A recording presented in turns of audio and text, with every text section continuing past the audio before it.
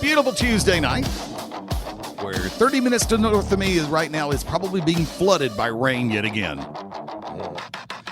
Segments of Alabama should not say the word drought for quite a while now. Welcome into Tuesday night edition Beyond Ringside Live, 26th day of May, calendar year 2026, from the undisclosed location just south of Parts Unmentionable. I am the Magic City Motor Mouth, Fast Eddie Layne, and enjoying that beautiful Gulf Coast regional right now and back from vacation. Friends, multi-time champion singles and tag, and a legend in his own right. The Machine, Guff Grayson. What's up, brother? Man, ain't nothing to it, Eddie. How are you? How are you, everybody? I was sitting here scrolling on Amazon looking for scuba gear because it's been raining for like a week straight down here on the Gulf Coast. And I can't even, I go outside and my hair gets all matted down and wet, and I step in a puddle and all kind of stuff. I like rain. Rain's good, but come on. We get more rain per capita here in Mobile than anywhere in the United States. What was that? What was the country song? Rain is a good thing. Wasn't that Luke Bryan or something? Man, if I listen to country song, I'm probably on my last leg, dude. That ain't my genre. What is your genre nowadays? I just, I can go from grunge to rock to old school hip hop but I don't like the packaged, like, what was it, BTS or something? Yeah. I watched a little bit of the American Music Awards last night. You're one up on me. And they had, what was it, a throwback song or something like? I don't even understand how it works, but they had Iris from Goo Goo Dolls and then Black Eyed Peas and one other decent song that it escapes me right now.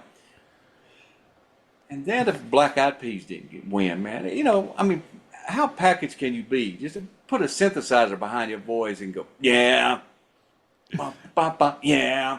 You mentioned vintage hip hop, and I have to throw this one out since the last time you and I convened, lost a legendary name in the world of music, and I'm referring, of course, to Rob Bass, one part of the tandem known as DJ Easy Rock and Rob Bass. It takes two to make a thing go right. Joy and pain. And I say this because this past weekend, hosting two different karaoke shows, I actually had people say, hey, man, can I do this? Sure, why not? Do a tribute. And please, if you think you're going to do badly, change your mind. Sunshine. Yeah, and rain. And rain. Rain, that's something right. We know all about right now. I got all the rain I can handle, man. But one of the absolute tremendous duos or groups, tandems, if you will, because there was a producer involved that everybody knows about, and I haven't really gone all the way through the notebook. But I'm going to sit back and say this, very influential music put out by Rob Bass and DJ Easy Rock. Enjoyed it all immensely. Still, it holds and stands the test of time. So I feel safe in saying we join the world in the celebration of the life and legacy of Rob Bass, and the music will play on, my friend, right? That's right, man. That's right. He instrumental in bringing it to mainstream. I mean, he was a little bit after, of course, the Run DMC and LL and all them, but he wrote that song for a better part of 35, 40 years, mm-hmm. and everybody still knows it to this day. Yep. So, I mean, it will always be a club favorite. It will always be nostalgic. Yep. It's just like Coolio, God rest his soul, when he took the Fantastic Voyage, Oh, yeah. That's an individual that I was blessed enough to have here on Beyond Ringside Sports Radio years ago. Enjoyed that interview. Had a great time hanging out with him in Birmingham when he came in for a charity fight. And once again, it's a case of I don't know what anybody had said or heard about the way Coolio was, but he was cool as hell to me, and I appreciated every second of it. We're talking about somebody who just recently left us. And I was on social media looking around, and I saw everybody going, R.I.P. Barry Gibb. I'm going, no. And then I go over, TMZ has got the story, including a live clip or a clip from Barry Gibb. Barry Gibb, the last of the Bee Gees, is still with us. Oh, phew. I feel like I should be doing the vintage 70s Saturday Night Live bit. General Francisco Franco is still dead. Guess what? It has been confirmed. The Bee Gees' Barry Gibb is still alive. Okay, he's not dead. So, Hey, on your weekly odd show, yeah. why don't you do a Deadpool and see who's coming up next? You know. Speaking of that, let's go ahead and dive on into it. This weekend, you got Clash in Italy from World Wrestling Entertainment. Yes, folks, for those who are waiting, the comments will be made about Double or Nothing in Saturday night's main event in just a little while.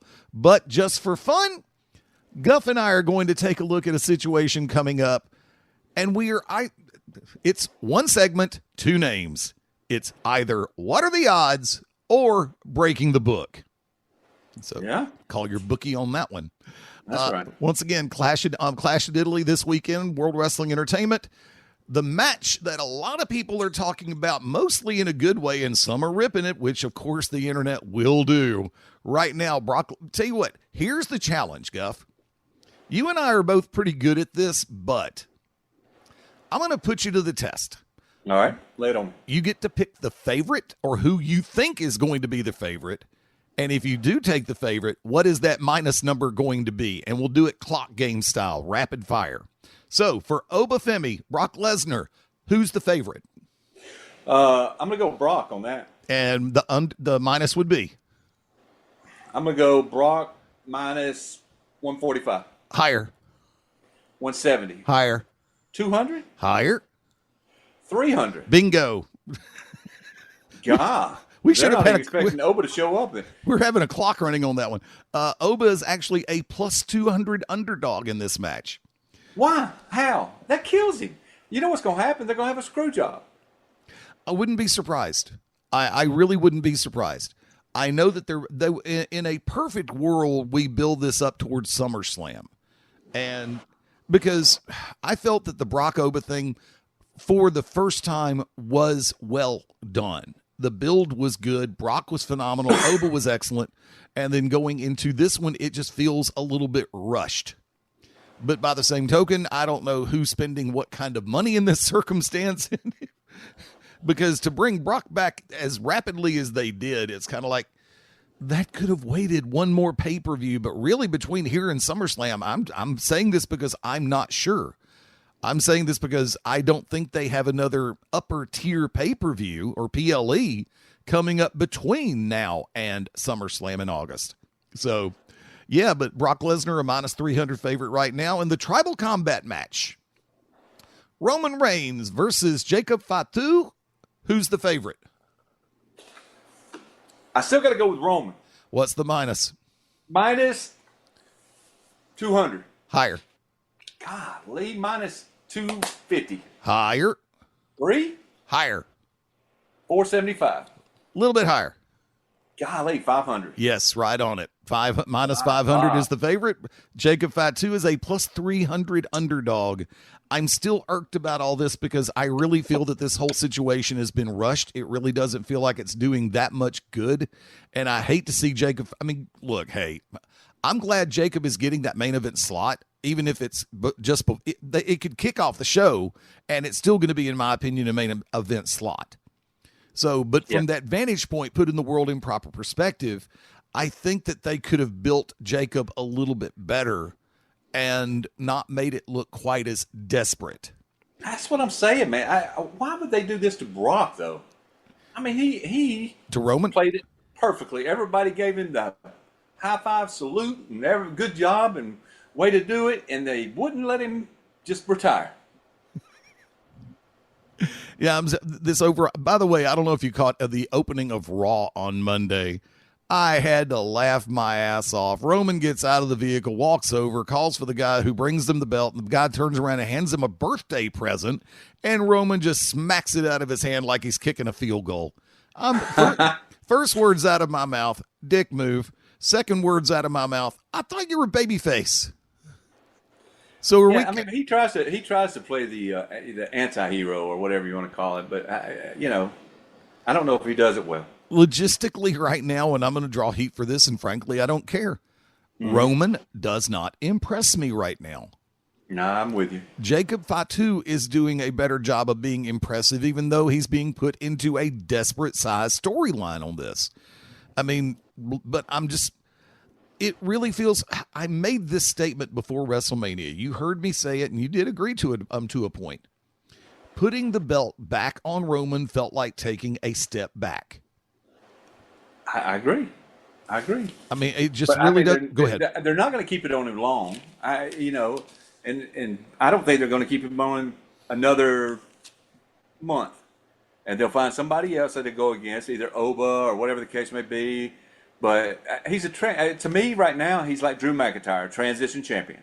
Well, I also have to sit back and look because this past Monday night on Raw, lo and behold, they brought out L.A. Knight for a segment basically to help build up the fact that the King of the Ring and the Queen of the Ring is right around the corner. And L.A. Knight made the statement that he's going to win King of the Ring and find a way to parlay that into a championship match. Well, lo and behold, I really feel that they've slept on a possibility even for a short-term L.A. Knight title run at the top tier. Agree or disagree? I think they've underpushed him and have not developed his character to the point of world heavyweight champion. I mean, he was there early this year. He was there last year. And at that point, if they would have struck while the iron was hot, it would be a genuine case. I mean, the man was one of the top 3 merch sellers for the longest time. Mm-hmm. And the overall scenario in play on that was there are times when what's etched in stone be damned. When you have an opportunity to capitalize on somebody at that top tier. But once again, it's a case of, are you going to, I think they were in the middle of the story with Cody and everybody else over there on SmackDown while LA was still over there. Now he comes over to Monday Night Raw and you've got Roman Reigns with the main strap.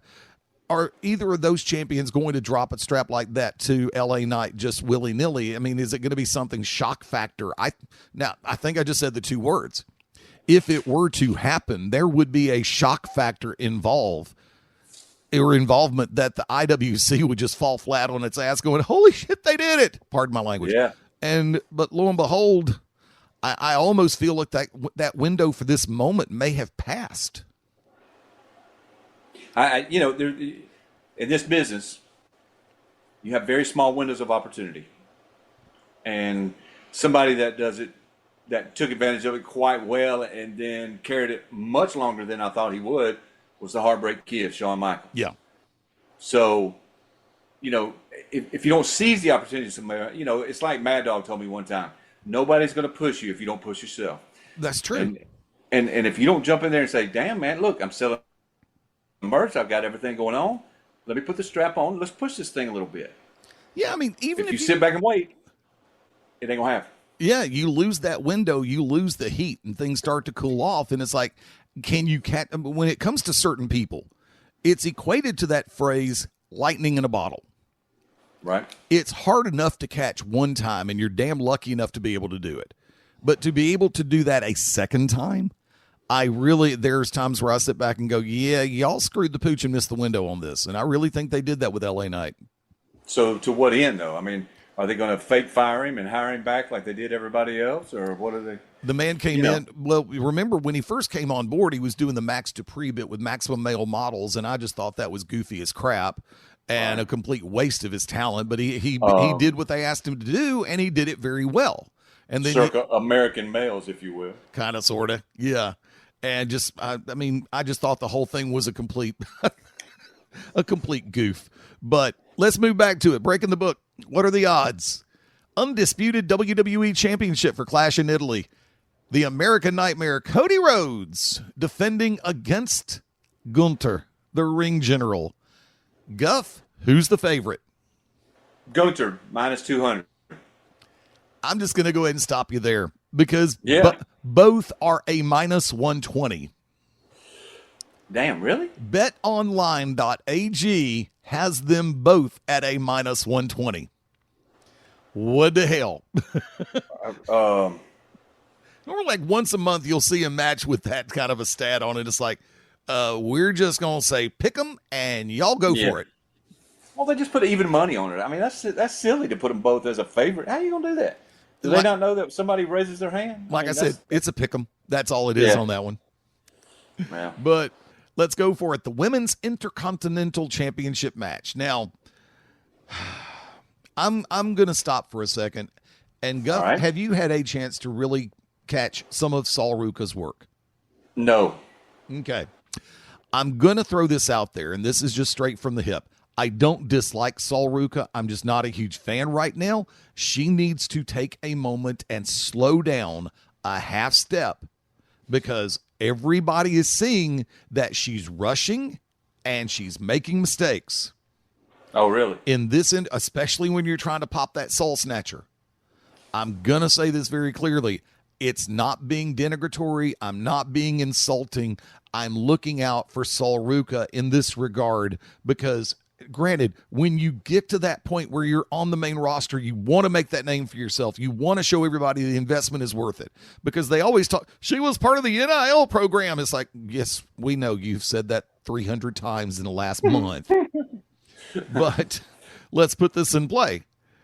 If the person, and this is where I'm glad that they're bringing back the house show circuit, even as limited as it is, it gives a lot of the talent an opportunity away from the pure televised shows to work on what they need to work on in front of a live audience. And hello, Honolulu, Hawaii. I know nobody out there. All right. Probably somebody wants to sell me a lei. I've been married before. Trust me, I've already bought one. And yeah, I'm a dead man now. Dead man. Yeah. Where's that? Karma, Eddie, Karma. I knew her well. Uh-huh. And her sister Charity. Oh my word. And their cousin Chastity. Here we go. Well, you laid it out there. I decided I'll go ahead. I set it up like a volleyball player, didn't I? Either that or a good tennis volley. And hey, I'm over here as Novak Djokovic. I'm ready to return serve. All right. Now, the truth be told, if Guff and I actually do get into a verbal back and forth, it will be like Roger Federer and Rafael Nadal going back and forth. And you'll sit back and say that point will not end. Sampras and Agassi back in the day, man. Another one, yeah. And that number just tried to call me back. It's saying Honolulu, Hawaii. We're doing this live, kids. Yeah, hey, look, do we got to say, is it time for a break? We're at 20. Tell you what, let's go ahead and do that, folks. We're going to go ahead and break for that first segment of the first C break. We shall return in about 5 on the live side, minute and a half on the replay. This is Beyond Ringside Live.